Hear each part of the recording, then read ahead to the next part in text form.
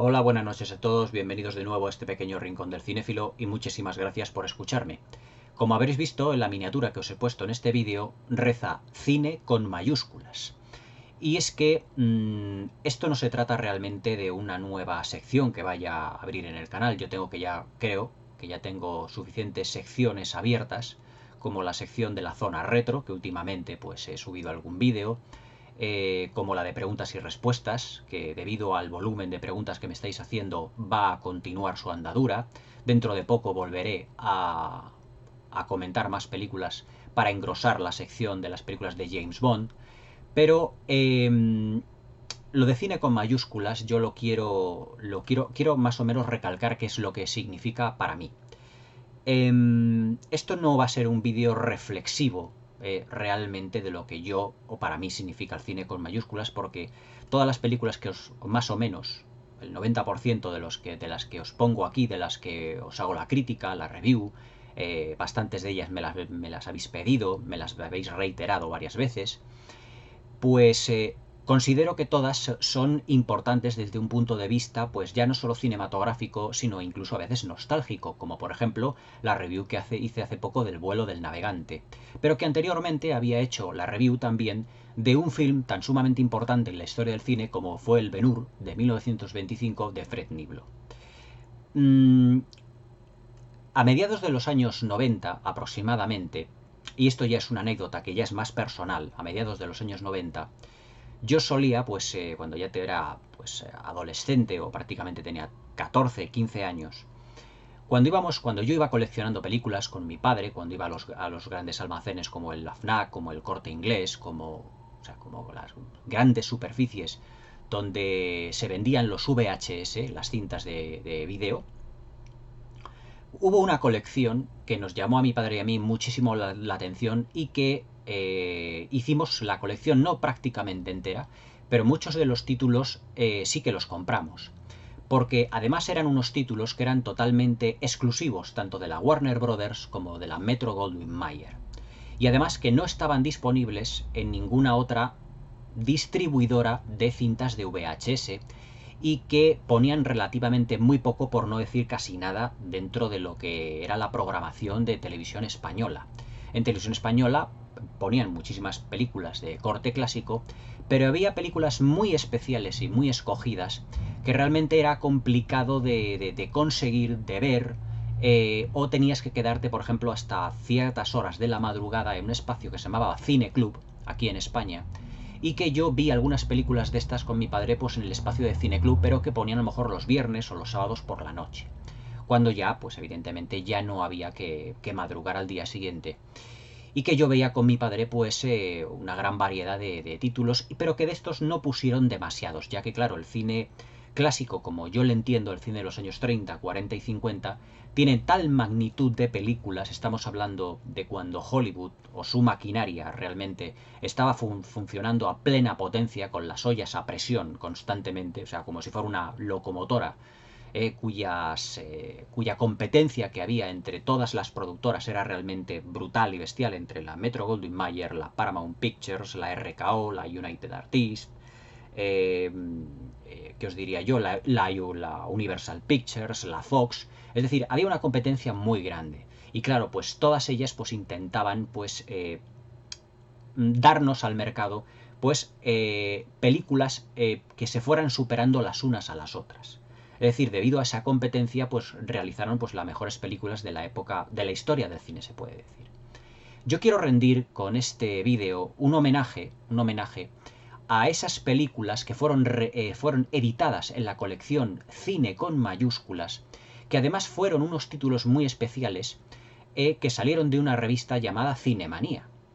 No creo que los lectores de Cinemanía o los redactores de Cinemanía pues realmente pues se enfaden conmigo por no haber nombrado su revista. Siempre fue una muy buena revista de cine que yo siempre he comprado, he tenido en cuenta porque tenía grandes críticos de cine, además con unas críticas muy ajustadas, y que hace ya bastante tiempo, ya os digo, los años 90, realizaron una pequeña encuesta sobre una encuesta a los lectores y a los críticos de esta revista de Cinemanía para escoger una serie de títulos para que elaborasen una colección de películas completamente inéditas en VHS hasta el momento. Entonces yo quiero rendir homenaje a esa colección porque yo muchas de esas películas las he recuperado tanto en DVD como en Blu-ray. Entonces, esto ya os digo que no es una nueva sección, pero cuando en una miniatura, por ejemplo, veáis el logotipo en una esquina que pone la miniatura que os he puesto en este vídeo, que es cine con mayúsculas, o sea, lo que es el recuadradito en negro, eso quiere decir que esta película tiene algo especial. Y ahora os voy a nombrar una serie de títulos muy recomendables que ya iré, dentro del apartado de críticas cinéfilas, ya iré desarrollando, ya iré hablando de ellas, de sus directores, de sus actores, anécdotas sobre el rodaje, todo lo que queráis respecto a todos estos títulos, porque son realmente todas inolvidables. Son títulos muy importantes, algunas veces muy controvertidos, y otros a lo mejor que no tienen una gran calidad, pero que supusieron un punto de inflexión, un antes y un después, en la vida o en la filmografía de los directores o de los productores que la realizaron. Entonces esta lista se componía de 40 títulos que yo evidentemente no tengo, no he podido recopilar todos, pero que efectivamente, si ya eran difíciles de conseguir ya en su tiempo en VHS, en DVD y en Blu-ray me ha costado a algunos de ellos conseguirlas de un modo, o sea, realmente difícil. Me ha costado patearme mucho Madrid, me ha costado patearme muchas tiendas, incluso de segunda mano de películas, y las he ido recopilando, de todo lo que aquellos títulos dieron, y además de que teníamos, y que yo tengo muchos de ellos en VHS, pero que con el paso del tiempo la cinta se ha ido desgastando y que ya no he podido ir disfrutando. Y qué mejor que poder disfrutarlas ahora en DVD y también en alta definición. Todas estas películas que yo voy a ir comentando y que tendrán el logotipo, una de ellas va a ser, varias de ellas, ya las tengo comentadas en el canal. Entonces abriré una pequeña seccioncita donde ponga, además de críticas cinéfilas, el simbolito de cine con mayúsculas. O sea, la miniatura de este vídeo de cine con mayúsculas. Y abriré pues una sección aquí donde cuando yo esa película la comente la añadiré. Pero que no va a ser una sección realmente nueva en el canal, sino que simplemente pertenecerá a la sección habitual y más grande de este canal, que es el de críticas cinéfilas, pero que veréis el membrete de cine con mayúsculas. Y eso quiere decir que es un título especial, y ahora os voy a decir el porqué. Es decir, será un membrete al estilo como cuando en mi sección de Walt Disney Home Video pongo el cuadradito con la figura de Mickey Mouse, pues aquí exactamente igual. Será el simbolito de cine con mayúsculas, porque será una película pues realmente importante dentro de lo que es la historia del cine, dentro de lo que es su director y también sus actores y su producción, y que muchas de ellas supusieron una auténtica revolución en el cine. Muchas de ellas no es que sean las mejores películas de la historia, pero sí que son grandes joyas cinematográficas que a mí no me gustaría que cayesen en el olvido, y que algunas de ellas ya las he comentado, y ahora os las pondré. Una de ellas, yo la calificaría, os voy a comentar algunas de las películas así muy brevemente, que ya desarrollaré mucho más a lo largo de la vida del canal, pero que me gustaría que esta sección fuera muy densa porque son títulos realmente impresionantes todos ellos, desde un punto de vista tanto argumental como artístico como técnico para su época. La primera de ellas, que seguramente, me la habéis pedido, no sé si comentaros primero, voy a comentaros primeramente las que tengo en DVD y luego pasaremos al Blu-ray. Una película que me habéis comentado, me habéis dicho que comente ya varias veces, es la que tengo aquí, que es un magnífico film de aventuras, que es El halcón del mar de Michael Curtiz. El director Michael Curtiz, alemán, que tuvo que trasladarse a Estados Unidos, y protagonizado evidentemente por Errol Flynn, que era el gran héroe vamos a ver si lo digo bien, el héroe de aventuras de aquella época. Es decir, como Harrison Ford hizo de Indiana Jones, pues Errol Flynn hizo, pues evidentemente, pues todas aquellas películas como La carga de la brigada ligera, Robin de los bosques, Dodge City, Ciudad sin ley, Murieron con las botas puestas, El Capitán Blood y también El halcón del mar. El halcón del mar es una de las grandes películas de piratas de la historia del cine. Y os quiero contar una cosa respecto de esta película y de todas las que vaya nombrando. Solo un pequeño epígrafe realmente de estos films. Hay una secuencia en El halcón del mar, es una película en blanco y negro, pero hay una secuencia que se desarrolla en una isla tropical, donde hay un ambiente muy cargado. Y entonces Michael Curtiz, como gran director visual que era, porque Michael Curtiz, como era alemán, que luego se trasladó a trabajar a los Estados Unidos, tiraba mucho del expresionismo alemán, muchísimo. Y lo vais a notar en cuanto veáis, o si habéis visto esta película, pero que hay una secuencia que se desarrolla en una isla tropical que tiene un ambiente o una iluminación, o mejor dicho, un colorido que cambia del blanco y negro al color sepia, para dar al espectador una sensación como más agobiante de lo que era el clima de la isla tropical donde estaban realizándose las aventuras que protagoniza Errol Flynn. La verdad es que es un elemento visual y narrativo extraordinariamente inteligente para intentar meter al espectador más dentro de la aventura. Yo cuando vi la primera vez El Halcón del Mar, me acuerdo que fue en televisión española, ya os digo que me sorprendió porque dije, ahí va, se ha estropeado el color del televisor. Y tanto mi padre como mi madre, pues digo, ahí, pues qué es lo que ha ocurrido. Y estuvimos, pues, me acuerdo de los televisores aquellos de madera, de tubo, estoy hablando de los años 80. Y claro, al pasar del blanco y negro al color sepia, dijimos, aquí hay algo que se ha estropeado dentro del televisor, y estuvimos dándole pues a los botoncitos. Pero luego descubrimos que realmente volvía a cambiar la película cuando salían los personajes de la isla tropical, volvía a cambiar al blanco y negro. Es decir, era un elemento visual que Michael Curtiz había incluido en esta película como algo realmente, ¿cómo os diría yo? Como un toque de originalidad, y que la hace especial, además de que El Halcón del Mar es una de las películas de esas de aventuras en la que se construían barcos auténticos para las secuencias de acción. Es una película eminentemente de piratería. Otra de las que también os quiero comentar, pero esta sí que es muy controvertida porque supuso, digamos, un antes y un después en la carrera de su director, es El árbol de la vida, que no tiene nada que ver con la película de Terence Malick. Es decir, en los años 50, la Metro-Goldwyn-Mayer, después del éxito que había tenido con Lo que el viento se llevó, quiso realizar una película prácticamente con la misma fórmula de Lo que el viento se llevó, pero rodándola en Ultra Panavision, es decir, en el formato de 65 milímetros o de 70 milímetros. Lo que ocurre es que esta película es muy controvertida por dos aspectos. Primero, el director era Edward Dmytryk. Edward Dmytryk fue uno de los directores, uno de los 10 o 12 personajes que fue señalado por las actividades antiamericanas en la caza de brujas de la época del macartismo, vamos a ver si lo digo bien, del senador McCarthy, del macartismo. Entonces, lo que hizo Edward Dmytryk fue realmente chivarse de algunos de sus compañeros, señalándolos como miembros del Partido Comunista. Es decir, como aquellos que eran los que se suponía, según el senador McCarthy, que realizaban actividades antiamericanas. Para mí ya sabéis que para mí el arte y la política son dos elementos completamente antagónicos. Cada uno puede tener su ideología, pero que es totalmente respetable, pero evidentemente cuando ya nos estamos entrando dentro del terreno del cine, del arte propiamente dicho, yo creo que la política sobra un poquito. Entonces, claro, esta película corresponde a la etapa posterior a la caza de brujas del senador McCarthy. Y entonces, debido a una serie de elementos que tiene esta película, se la hizo como una especie como de boicot.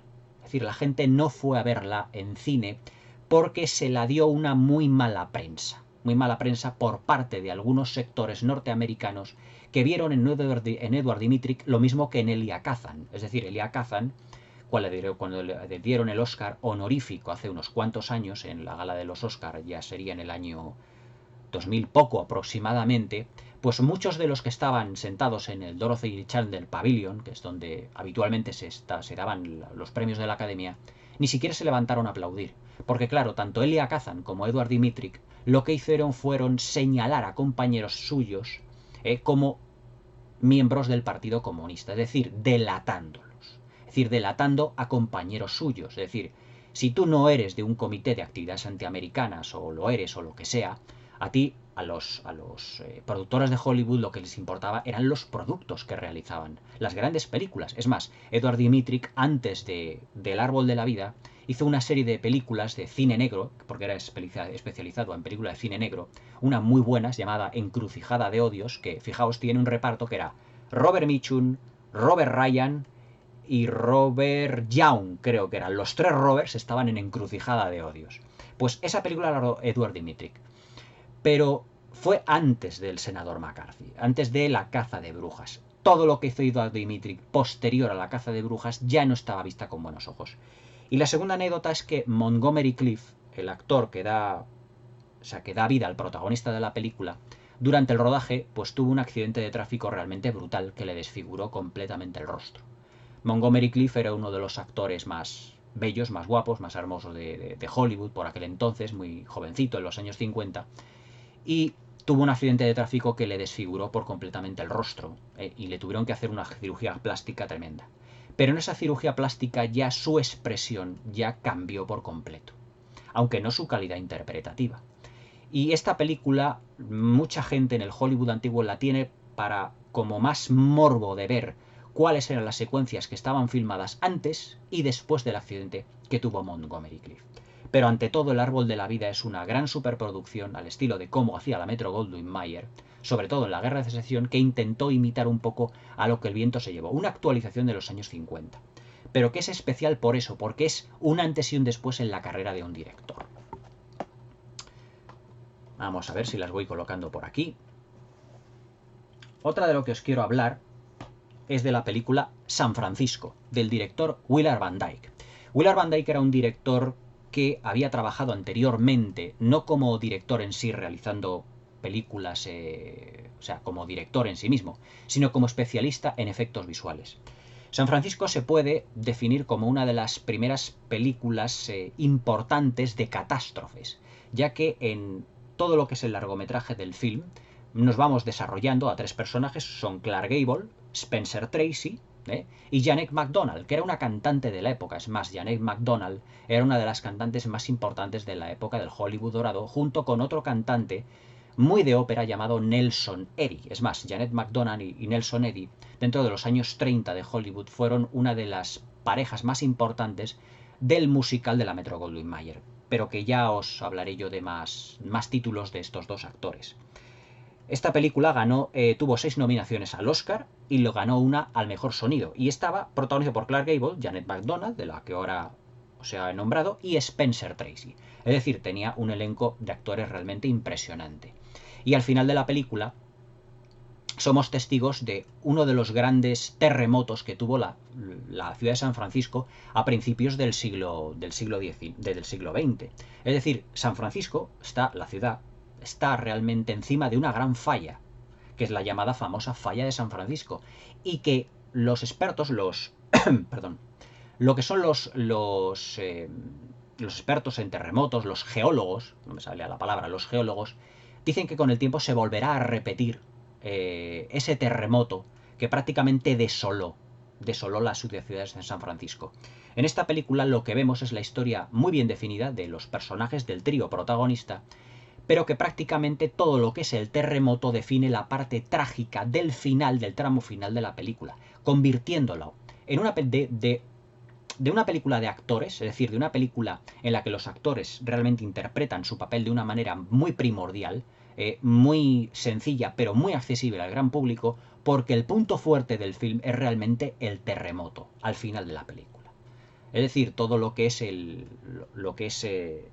lo que son los movimientos sísmicos, además para la época, porque estamos hablando de una película de los años 30, eran realmente espectaculares, estaban muy bien hechos, todo lo que eran las maquetas, todo lo que eran los resquebrajamientos del asfalto, todo eso está realmente excepcionalmente contado. Es más, para ser una película de los años 30 tiene secuencias muy duras de ver. Y evidentemente el protagonista era el rey de Hollywood por aquel entonces, que era Clark Gable. San Francisco también es otro título que comentaré porque es una película para comentar ampliamente debido a que tiene una gran riqueza de matices, porque empieza siendo como una especie de comedia, luego continúa con un drama y termina siendo una gran tragedia. Otra de las películas de aventuras que también os quiero comentar, que es también otro cine con mayúsculas, es otra de Errol Flynn, que es El Capitán Blood. Además del Halcón del Mal, Michael Curtis realizó junto con Errol Flynn y Olivia de Havilland, esta vez acompañaba a Olivia de Havilland, pues otra película de piratas que prácticamente pues es una de las grandes de la historia del cine. Yo aquí en el canal tengo comentada Murieron con las botas puestas y Robin de los Bosques. Pues sacad la libreta y anotad la tercera película más importante de este dúo, de esta pareja protagonista.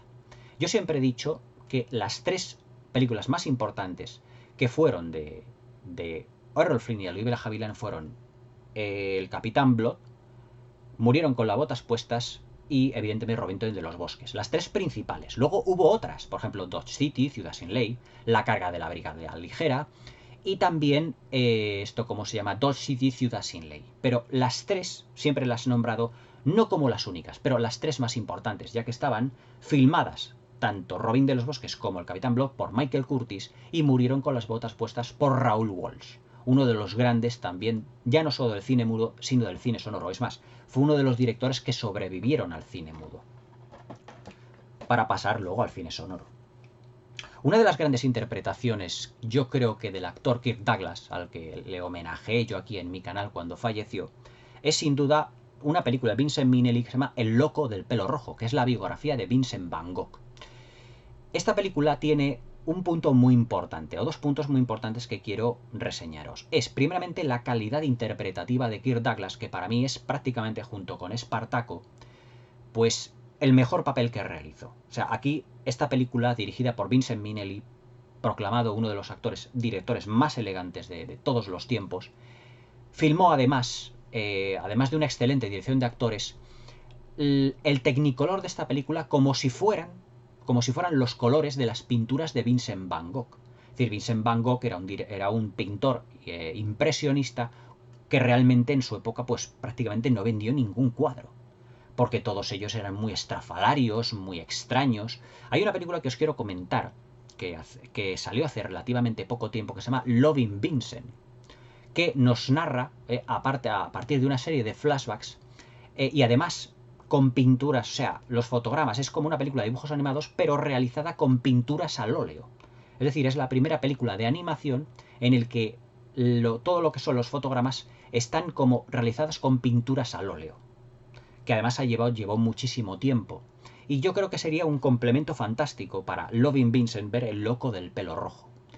O sea, todo lo que es el colorido que le dio Vincent Minnelli a esta película, que se basa, ya os digo, en los cuadros de Vincent Van Gogh, es realmente espectacular de ver. O sea, El loco del pelo rojo es uno de los grandes títulos que Vincent Minnelli tiene en su filmografía, aparte de los musicales como Melodías de Broadway o como, efectivamente, pues Un americano en París.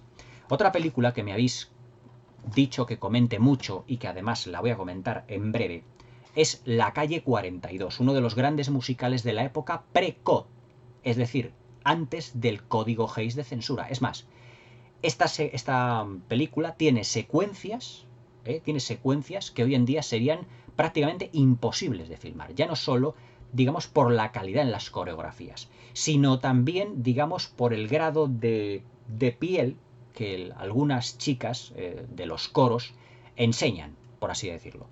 Pero La calle 42, interpretada por Dick Powell y por Ruby Keller, que fueron dos de los grandes de los musicales de aquella época, lo que nos está dando es una visión espectacular de lo que era realmente el musical de Broadway dentro del vodevil.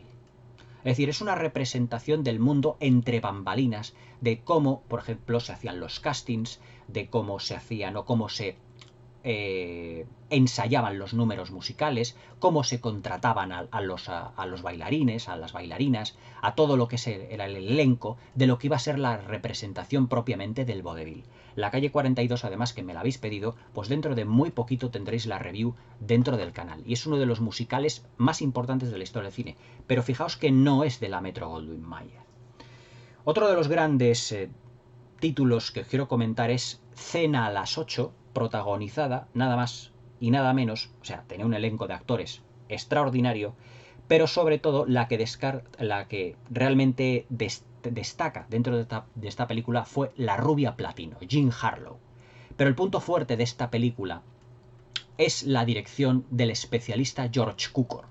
Yo soy un gran admirador de George Cukor. O sea, George Cukor fue el primer director que empezó a rodar la que yo considero que es la mejor película de la historia del cine, que es Lo que el viento se llevó. Es más, todo lo que es la primera parte de Lo que el viento se llevó, en la que está enfocado todo al protagonismo de Vivien Leigh, todo eso lo rodó George Cukor. Para los que no sepáis este dato, George Cukor era homosexual. Entonces la dirección de mujeres era su fuerte. Es más, siempre fue considerado el mejor director de mujeres de la historia de Hollywood. Es decir, siempre, cuando había papeles protagónicos de mujeres en las películas, siempre los productores llamaban a George Cukor. Uno de mis musicales favoritos es My Fair Lady, de Audrey Hepburn, que ganó 8 Oscars en 1964. Pues esa película estaba filmada por George Cukor. Fue no digamos una de sus últimas películas. Su última película fue Ricas y Famosas, interpretado por, si no recuerdo mal, por Jacqueline Bisset y por la actriz que hacía de la serie de Murphy Brown, que era Candice Berger. Pero realmente George Cukor, su fuerte era la interpretación de todos los papeles protagónicos femeninos. Y aquí todo lo que son las interpretaciones femeninas, los papeles, están mucho más desarrollados el arco argumental en los papeles femeninos. Y evidentemente la figura de Jean Harlow, apodada la Rubia Platino entonces en los años 30, esta película es, fijaos, es de la Metro-Goldwyn-Mayer y es de 1933. O sea, estamos prácticamente en la época prácticamente antes del Código Hays. Pero que es una película que es una auténtica crítica a todo lo que hay detrás de las clases altas, es una crítica a las clases sociales altas del Hollywood y de los Estados Unidos de los años 30, es decir, después del crack del Wall Street. Y la película nos narra diferentes situaciones de muchas parejas, que muchos de ellos no se llevan bien, y que cuando son invitados a cenas, porque la película es cena a las 8, todos ellos se van lanzando como pullitas los unos a los otros, porque viven realmente en un clima que no están felices porque se han casado por dinero, se han casado por fortunas, por riquezas, pero que no son felices realmente. Cena a las 8, además, que tenía un elenco de actores y de actrices extraordinario, como ya os comentaré en su momento. Otra de las películas que yo creo que os hablé ya una vez y que me costó muchísimo encontrarlo es Chicago año 30. Para mí la película más personal de Nicolas Ray. De Nicolas Ray ya os he comentado aquí 2 en el canal recientemente, que fue Rey de Reyes y hace unos meses 55 días en Pekín. Esta es una película que es más pequeña, pero que tiene un punto importante que yo quiero resaltar porque fue prácticamente casi el cenit, casi el canto del cisne de la carrera de los dos protagonistas de la película, que fueron Robert Taylor y Cyd Charisse, porque es una película de 1958-59 aproximadamente. Es decir, cuando ya el cine de los grandes estudios pues ya estaba un poco de capa caída y sobre todo lo que se refiere al género musical. Pero es una mezcla entre el musical y el cine de gángsters, mucho más evidentemente enfocado al cine de gángsters. Para mí Chicago año 30 es un auténtico clásico imperdible, además que los 2 números musicales, porque solo tiene 2, de Cyd Charisse, son realmente extraordinarios. Y la interpretación de Robert Taylor haciendo del abogado del gángster que interpreta Lee Jacob es absolutamente excepcional. Otro de los films que ya os quiero comentar dentro de poquito es otro de Vincent Minnelli que se llama Mi desconfiada esposa, que yo no la considero uno de los mejores títulos de Vincent Minnelli, pero que conserva la elegancia y el estilo en la planificación de este maravilloso director. Y además es que consiguió que entre Gregory Peck y Lauren Bacall, que eran sus protagonistas esenciales, pues tuviesen una química especial. Es decir, esta película se la conoce como la película de las puertas, porque constantemente esta pareja, pues en la película está discutiendo en gran cantidad pero discutiendo en plan de comedia, porque la película es una comedia. Digamos que es una de las denominadas alta comedia. Y hay un trasiego constante de puertas que se abren, de habitaciones de uno al otro, constantemente, que eso lo que provoca que la acción sea todavía más divertida. Y que además que no había visto yo a Lauren Bacall después de interpretaciones junto a Humphrey Bogart, su marido, en películas como El sueño eterno, como como Cayo Largo, como Tener y no tener, es decir, todas aquellas películas de cine negro, a Lauren Bacall interpretando un personaje cómico, tan abiertamente cómico como lo hizo en este film. Es una película que no pertenece a lo mejor de la filmografía de Vincent Minnelli, pero que para mí la química de los actores tiene un algo especial. Otra película que es una grandísima comedia, que es para enmarcar, y que está dirigida por ese gran director que es Billy Wilder, y escrita por el mismo Wilder y por su otro gran guionista y compañero en lo profesional, que era I.A.L. Diamond, es Bésame tonto, de Dean Martin, de Ray Walston y de Kim Novak.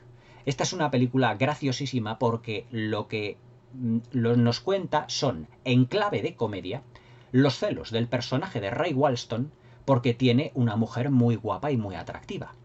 Y Dean Martin pues termina llegando a un pueblecito en el que él va de ciudad en ciudad, de espectáculo en espectáculo, prácticamente Dean Martin se interpreta a sí mismo, y que queda prendado hasta cierto punto de la belleza, de la sencillez del personaje de la mujer de Ray Walston. Y Ray Walston, que es muy celoso, pero un celoso, es un celoso pero muy cómico a la vez, nos da una interpretación absolutamente fabulosa. Pero para que Ray Walston no tenga celos sobre su mujer, lo que hace es llamar a una camarera de un bar que hay allí cerca de un pueblecito, interpretada por Kim Novak, que era, claro, un bombazo en aquella época. Estaba prácticamente en su mejor momento. Y claro, Dean Martin intenta ligar con ella pues prácticamente pues durante toda la película. Es un toma y daca entre Ray Walston, entre Kim Novak y Dean Martin absolutamente magistral. Ya os lo comentaré porque es muy buena. Otro de los grandes títulos que tiene Billy Wilder y que tiene un extraño título aquí en España. La película se llamó Avanti, pero aquí en España se tituló ¿Qué ocurrió entre mi padre y tu madre? Y es la extravagantísima historia entre Jack Lemmon, cuyo padre se iba a una isla creo que era de Grecia, no, era de Italia, todos los veranos. Pero se iba él de vacaciones, pero él no sabía que quedaba realmente con una amante suya. Y recibe la noticia de que su padre ha fallecido allí. Pero se encuentra con otra chica, interpretada por Juliette Miles, que es, fijaos, la hija del amante del padre de Jack Lemmon. Es decir, que tanto la madre de la madre de Juliette Miles como el padre de Jack Lemmon quedaban los veranos como amantes en un idílico sitio, engañando a sus respectivas parejas, pero todo en clave de comedia. Pero es que sus respectivos hijos terminan también enamorándose y prácticamente van a hacer, o se da a entender al final de la película, que van a hacer prácticamente lo mismo. Es una película realmente para estar carcajada tras carcajada. Es una película, si yo llamo a la película Mi desconfiada esposa una película de teléfonos, digo de puertas, esta es una película de teléfonos, porque Jack Lemmon está intentando a su mujer contándole que bueno, que está en un viaje de negocios, pero fijaos que prácticamente en la mitad de la película salta la sorpresa porque uno de los cadáveres, uno creo que era el padre Jack Lemmon o la madre Juliette Miles, desaparece. Y claro, se meten en un mundo dentro de la mafia italiana, bueno. Es que se desmadra de una manera realmente impresionante. Y luego, otra película que no es que haya querido dejarla para el final, aunque tengo que comentar otras dos que ya están comentadas en el canal, que os las voy a decir. La primera es La vida privada de Sherlock Holmes, que era la película que iba a ser épica desde el punto de vista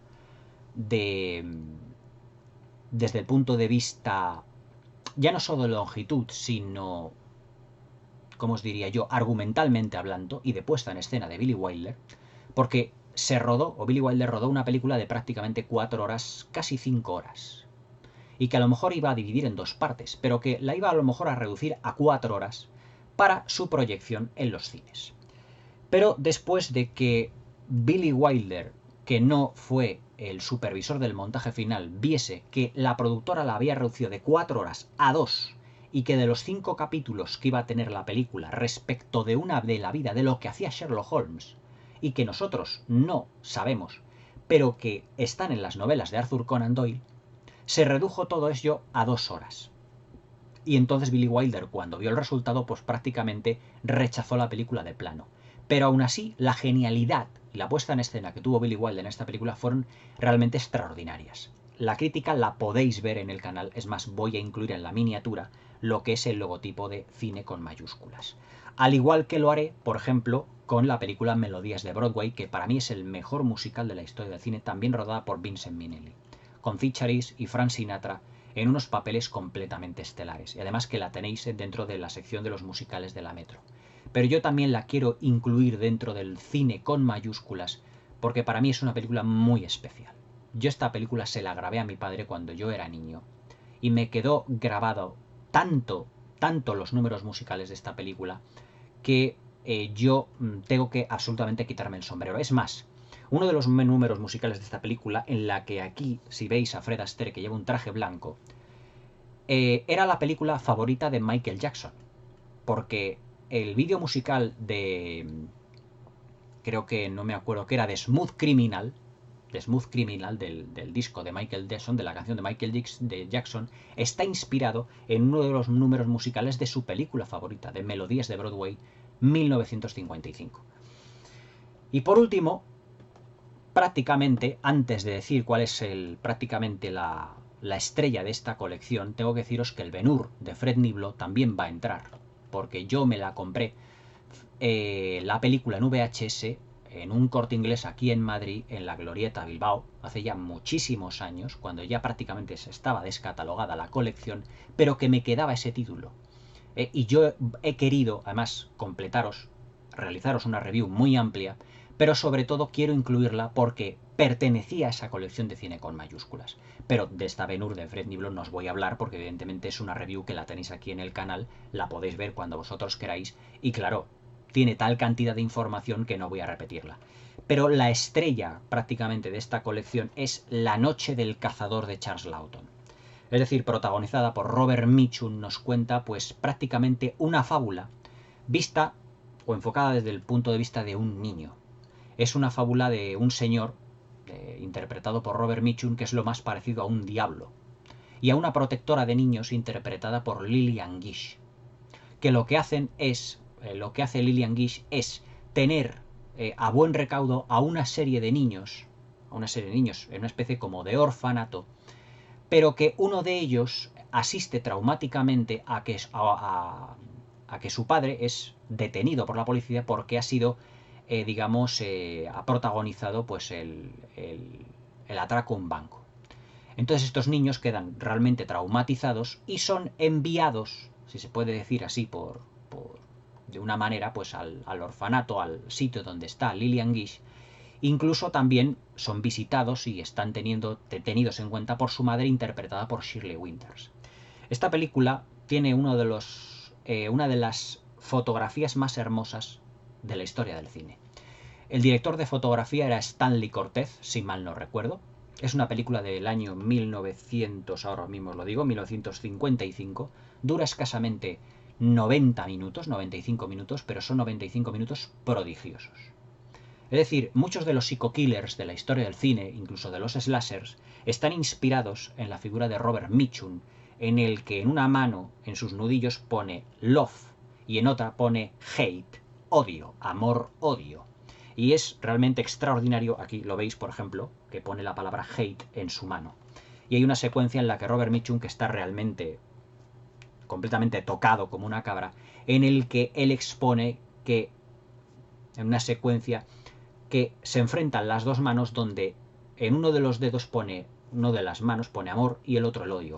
Y empieza a echarse un pulso él consigo mismo diciendo ganará el amor, ganará el odio, y es más, y además es que se pasa por un falso sacerdote y habla con Dios de una manera completamente falsa.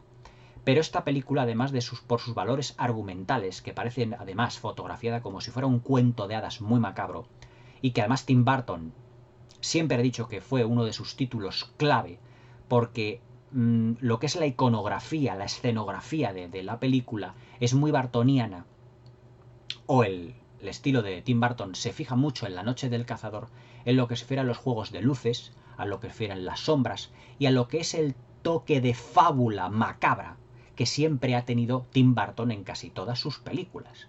Pues eso lo copió de la obra maestra de Charles Lawton, que fue, por desgracia, la única película que realizó. Hubo una gran campaña de desprestigio de esta película, no sabemos por qué, es uno de los grandes misterios de la historia del cine, pero Charles Lawton pues, consiguió con La noche del cazador una de las películas más hermosas y visualmente más impresionantes de la historia del cine. Todos estos títulos que yo creo que se merecen el calificativo de cine con mayúsculas, estos y otros tantos, los iré comentando a lo largo de la vida del canal. Pero quiero deciros que cuando veáis el mimbrete de cine con mayúsculas, es porque esa película tiene algo especial. Algo especial que yo os comentaré, además de lo que os he comentado ahora mismo, os comentaré en todas las reviews que yo vaya realizando de todos estos films clásicos, que realmente no tienen desperdicio. Os estoy hablando de directores como George Cukor, Edward Dmytryk, Vincent Minnelli, Charles Lawton, Michael Curtiz, es decir, directores de un peso muy específico en la época dorada de Hollywood y en la historia de Hollywood. Yo viendo pues los Oscars de los últimos años, de este último año, pues prácticamente pues retransmitían la gala, o sea, en directo por aquí, por un canal de YouTube, pero que era una persona que lo retransmitía y que hablaba de ello. Pues a medida que iban saliendo los premios, yo, pues claro, pues como este año hemos tenido lo de la pandemia y no hemos podido ir al cine, pues claro, muchos títulos yo creo que han pasado lastimosamente desapercibidos, porque se han ido directamente a las plataformas de streaming. La de Nomadland, por ejemplo, va a ser estrenada dentro de nada en Disney Plus. Tendréis mi crítica de Nomadland, porque es la película pues que este año ha ganado el Oscar al mejor film. Y mi opinión la tendréis evidentemente. Pero lo que os quiero decir que cuando veáis el mimbrete de cine con mayúsculas, esa película es especial. Todas las películas que comento aquí en el canal tienen un algo especial que las convierte en auténticos clásicos, ya sean clásicos antiguos o clásicos modernos y contemporáneos. Pero estas tienen un algo especial porque fueron films que no fueron fácilmente editables en formato físico, en VHS, incluso en la época del VHS, cuando tantas cintas de vídeo se vendían. Eran difíciles de encontrar. Y salió en exclusiva, en ediciones muy limitadas, una colección con todos estos títulos que yo poco a poco iré recopilando y consiguiendo otros tantos más, y ya os los iré comentando, amén de las películas que yo considere que puedan ser comentadas y de los títulos que de vez en cuando pues vosotros me propongáis.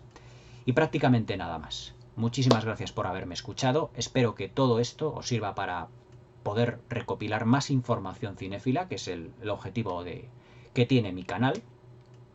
Y que poco a poco espero que seamos un poquito más de suscriptores, para que yo, por lo menos con la visión que tengo del cine, lo pueda transmitir cada vez a más gente.